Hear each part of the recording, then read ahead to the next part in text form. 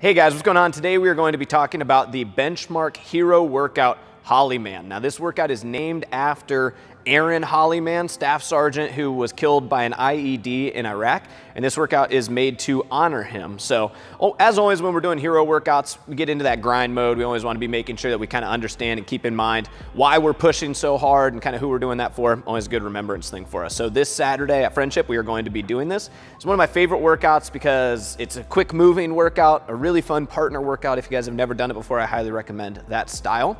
So what we're gonna do first, we're gonna talk a little bit about how the workout should be broken up. Then we're gonna start talking about the individual movements. Here we go. All right, so guys, this one has 90 transitions in it, which means that it is a transition-based workout. The faster that you can move between each exercise, the faster you will go.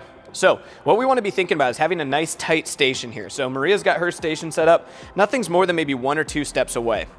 If she was going to need any chalk for this workout, now we're doing it in winter, so we shouldn't need any chalk for this, but if you do, I'd have it placed at a point where you can grab it in transition to something.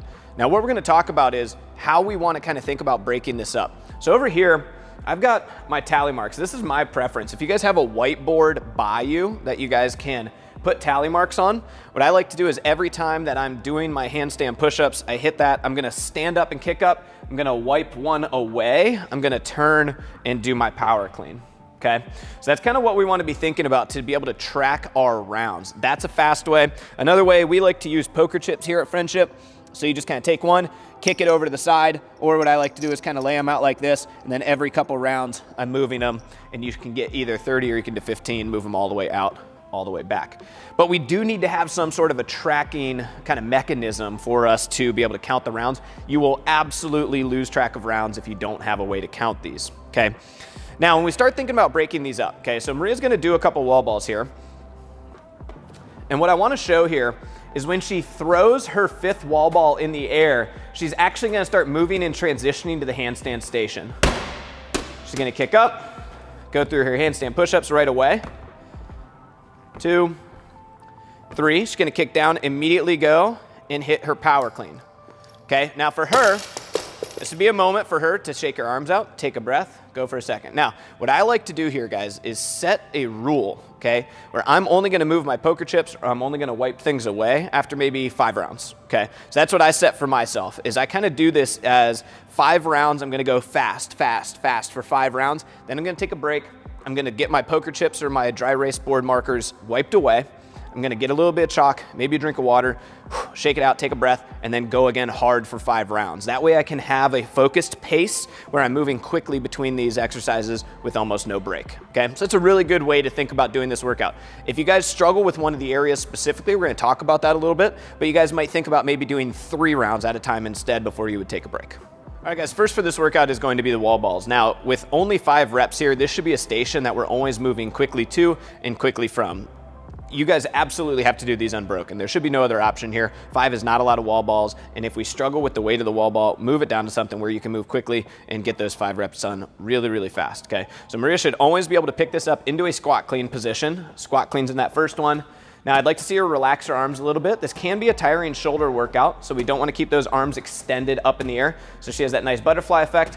On that 5th one, guys, it can help if you guys are somewhere where the ball can move and fly around a little bit. Can be something very helpful for you to catch and set and place that last wall ball one, so you're not always chasing it around if you're in kind of a tight zone like this, all right? But otherwise, the only real thing we're focusing on is a tight, fast squat clean, and then rainbowing out those arms or dropping those arms so we're not just sitting the entire time like that, staring up, waiting for the ball, okay?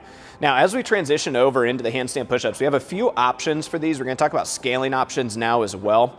The first option for these guys is to kick up, and because it's only 3, again, small, low repetition workout, she can kick up and she can do a couple strict handstand push-ups. So these are going to be the fastest version, just nice, quick, pop up, do your quick 3, and come down, okay? Even if you guys, like Maria prefers a kipping handstand push-up, okay? She likes doing those, but for 3, kicking up and knocking out 3 nice and quick, you might be able to do this whole workout strict, and obviously that saves us some time sitting, hanging out on our neck, and is going to reduce the injury rate a little bit for this, okay? Now she can, if she wants to, if she starts to get fatigued and tired, she can kick up, she can do some kipping handstand push-ups. This is not a movement I recommend doing frequently or for high rep, but Maria's very proficient at them. She has really good body control. She extends all the way, gets that hip turnover, and a nice powerful pop to help her lock those out. Now, let's say we maybe struggle with our handstand push-ups, or we don't have the volume to do 90 handstand push-ups in a workout. Totally common, okay? What we might do is we could start with some handstand push-ups and then we can scale.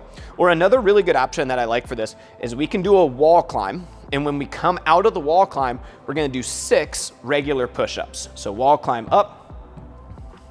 She touches her chest. She's gonna walk it back down into a plank, and she's gonna do 6 regular push-ups. Now this is gonna take just a little bit longer than good, crisp, quick handstand push-ups, but it is going to get us a better strength effect for the workout and help us grow towards that handstand push-up in the future. Okay, so that's how I would recommend scaling that. And if you guys need to go down one level below that, I would think about doing 6 regular push-ups, chest to ground. Okay. Now, as we transition over to the power clean, this is a heavy, heavy power clean. Okay. So Maria doesn't have her full weight on here. We didn't want to warm up all the way to it. But guys are going to be at 225, and ladies, you guys are going to be at 155. Now, a really common theme that I see in this workout is we lose the efficiency on the power clean because we're moving quickly and it's only 1 rep. So what we see, can you show me like a starfish one, Maria? Really ugly. We see a lot of this, okay? Maybe even one where you catch, don't even get your elbows through. So that's pretty common, okay? We see that a lot. We have poor footwork. We don't get our hips underneath the bar, and instead we just widen our feet into that starfish position. Bobby, I'm looking at you, all right? And we don't necessarily get those elbows all the way through, okay?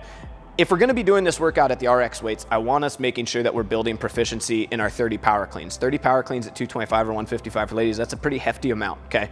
So we wanna make sure that we have good, solid, clean, crisp form. I would warm up to a weight above that. So guys, I'd maybe warm up to 245 or 255. Ladies, I'd maybe warm up to 165 or 175. So we feel really comfortable with the weight before we go into the workout. Okay, couple things here I want Maria to kind of take us through. So when Maria sets up, she has a really good setup mechanism, okay? So go ahead, let's just go through that again. So she stands tall, she takes her deep bracing breath here, she's gonna grab, she tensions her hamstrings, raises her chest, and make sure that she gets a really good, solid, clean pull out of that. As you guys start to get tired, show me a bad one where you keep your hips really high. We get a lot of this, where we're ripping it off the ground, we've got a high hip position, and we're just trying to kind of yank that thing up because it's only 1 rep. I want you guys to think about taking a moment and setting yourself for each individual rep, keeping that chest up, coming off the floor, and then making sure she gets under it. Okay, so let's see one more really good one here. Full setup, grab, tight, pull, and under. Okay, very nice, all right? Make sure we lock out every rep. Make sure everything is nice and clean and crisp. That's a really good way. If you guys are doing this for the first time, make sure you pick a weight where you can keep and maintain that form for the entire workout, okay? We should not be getting ugly on this one, especially when we're doing stuff where we're upside down, inverted, and then coming over here to lift heavy weights, okay? So that's Holleyman, all right? I hope you guys have fun. If you guys are doing this with a partner for the first time, it's really fun. Maria does a round, she's gonna tag me, I'm gonna do a round, and we just tag each other out. We like to kind of play around and do somewhere around 45 to 60 rounds as a team, or if you guys have an individual next to you, see if you guys can kind of race. 2 against 1, and the partner team is gonna try to do 60 rounds while the individual does 30 rounds. It's kind of a fun way to do it. So if you guys have never done this before, try that out for your first time. Let us know how it goes. As always, post your times in the comments. Let us know how you guys did, if any of these tips helped you. And if you guys want to check out our other videos, we do a lot of other hero workouts. Thanks, guys. I appreciate it.